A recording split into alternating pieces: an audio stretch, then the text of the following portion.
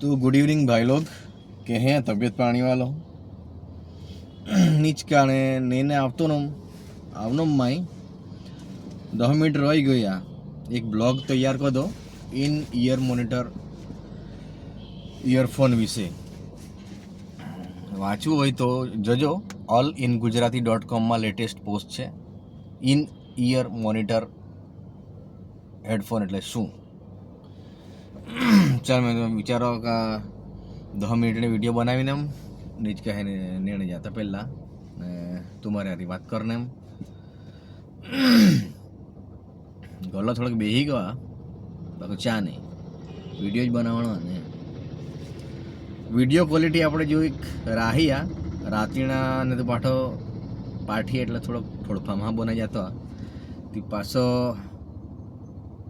સસ્તા ફોનમાં વિડીયો બનાવી એટલે ભાઈ થોડોક વિડીયો ક્વોલિટી કોમ્પ્રોમાઇઝ થઈ જતી છે. વિચારા થોડોક ગાડીમાં વિડીયો શૂટ કરી શકાય, વ્લોગિંગ કરી શકાય તેવો સેટઅપ કરવાની. પગાર આવી જાય, થોડોક પૈસા આવી જાય.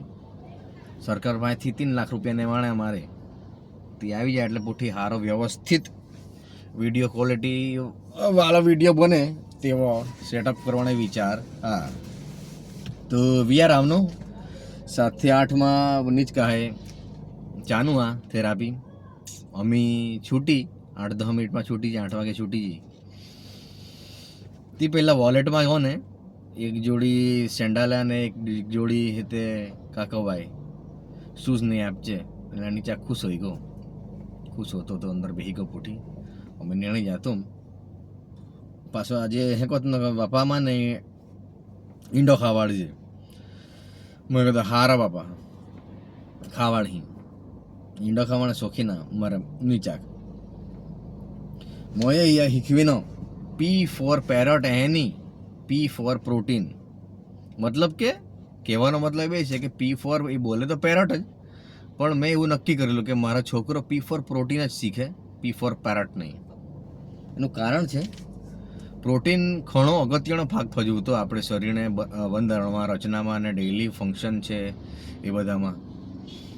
प्रोटीन बहुत महत्व की चीज़ है जो हमको रूटीन में देना चाहिए अपने शरीर को, अपने बच्चों को शरीर को, अपने फैमिली मेम्बर के शरीर को.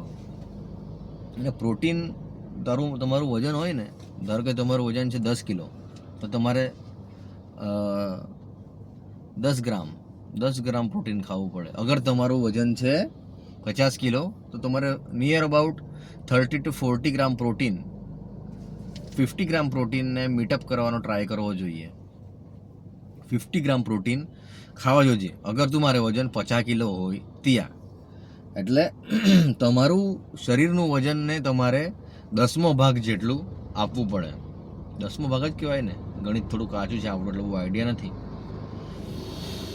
100 કિલો વજન હોય તમારું તો તમારે 100 ગ્રામ પ્રોટીન ખાવું પડે. અને એવું જરૂરી નથી કે પાછું તમે જે ચીજ ખાઓ તેમાં તમારે પૂરતું પ્રોટીન મળી જ રહે.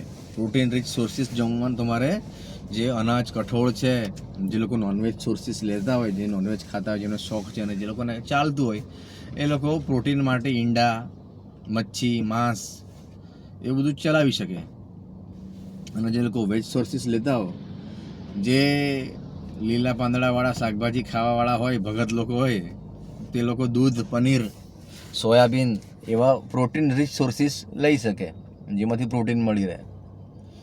અમે તો જમાનો એવો આવી ગયો ને બોડી બિલ્ડિંગ કરવાને બધાને જ ગમે, મોસ્ટ ઓફ બધાને ગમે. ટમી ફિટ રહેવા માંગે લોકો, કે પેલા મોટા પેટવાળા ટિપિકલ ઇન્ડિયન લોકોની જે છાપ છે ને એવી હવે લોકોને ગમતી નથી. બધે ફિટ થવું છે, બધાએ 6 પેક એપ જોઈએ, બધાને ટ્રાઇસેપ્સ જોઈએ, બાઇસેપ્સ જોઈએ, લેગ્સ જોઈએ, ચેસ્ટ જોઈએ. છોકરીઓને સેક્સી બટોક્સ એ બધી વાત નહીં કરીએ, બટ લોકો હવે ફિટ રહેવાનું પસંદ કરે છે.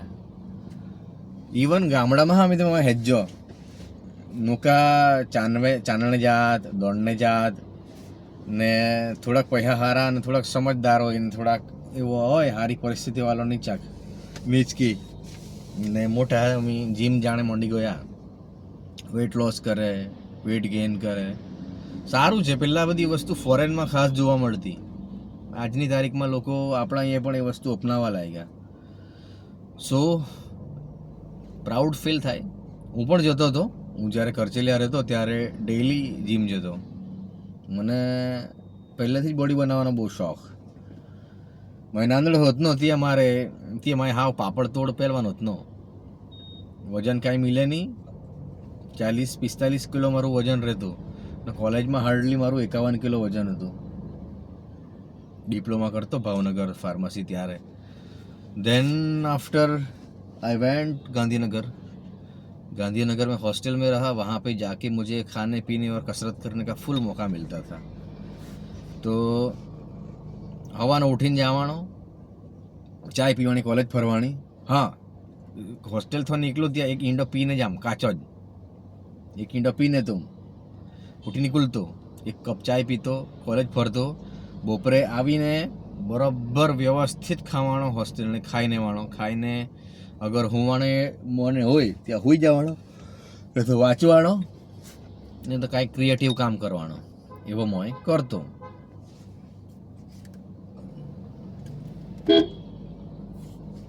ઉઠી શાંતિનો આવીને ઉઠીને પાછો સાંજે ચાય પીવા જવાનો. ચાય પીને ને આવીને વાંચવાનો. કદાર ના ગયા એટલે ચાલણે ને પૂઠી દોડીને નીકળી જવાનો.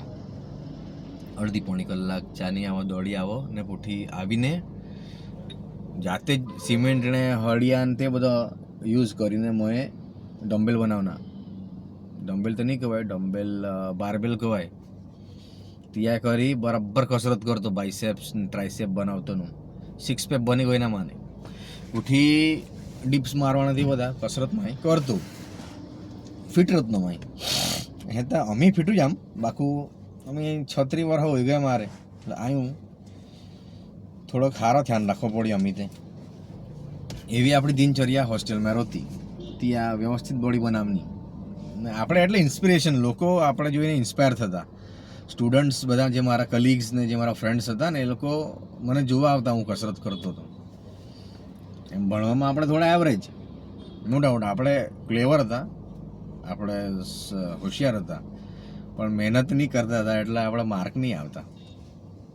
ખેર લોકો જોવા આવતા એમ કે શું વાત છે. અને મને જોઈને મારા જુનિયર્સ લોકો કસરત કરવાનું સ્ટાર્ટ કરેલું. જીમમાં લોકો જતા, હું ઘરે તો નહીં, હોસ્ટેલમાં જ કરતો.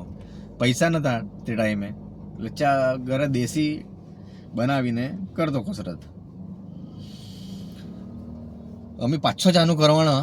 ડમ્બેલ જ પડીને હળી જવાના. મારે 8 કિલોના 8 કિલોના હશે એક ડમ્બેલ.